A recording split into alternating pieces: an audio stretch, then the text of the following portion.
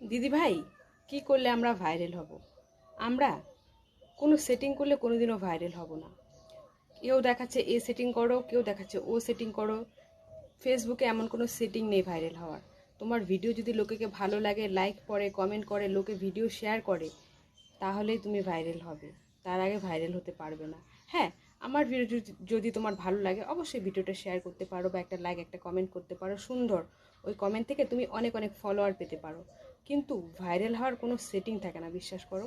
তোমার যদি মনে হয় ভাইরাল করার কোনো সেটিং আছে, তাহলে তুমি মেটা ভেরিফাই করো, মেটাকে জিজ্ঞেস করো, ফেসবুক মেটা এমন কি কোনো সেটিং আছে যাতে আমি ভাইরাল হতে পারি?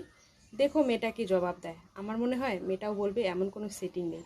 বাস তুমি ভালো ভালো কন্টেন্ট তৈরি করো, ভালো ভালো ফটো ছাড়ো, এতেই তুমি ভাইরাল হতে পারো। কন্টেন্টের উপরে ধ্যান দাও। আর লোকের এই সেটিং ওই সেটিং এগুলো তো শুনোই না। লোকে ভিডিও বানানোর জন্য, ভিউজ বাড়ানোর জন্য, টাকা ইনকাম করনো অনেক রকমের ভিডিও দেবে। কারণ দেখো, যারা যারা বড় ইউজার, বড় মানে ফলোয়ার, অনেক অনেক পরিবার, তাদের আমরা বেশিরভাগ তাদের কথা শুনি। কেন?